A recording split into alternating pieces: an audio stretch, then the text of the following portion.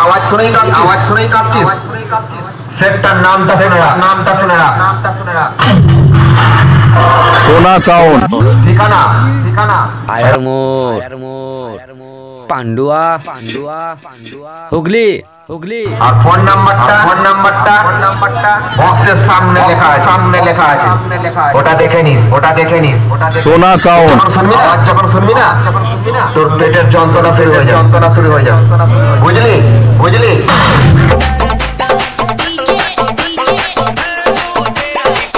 Sona sound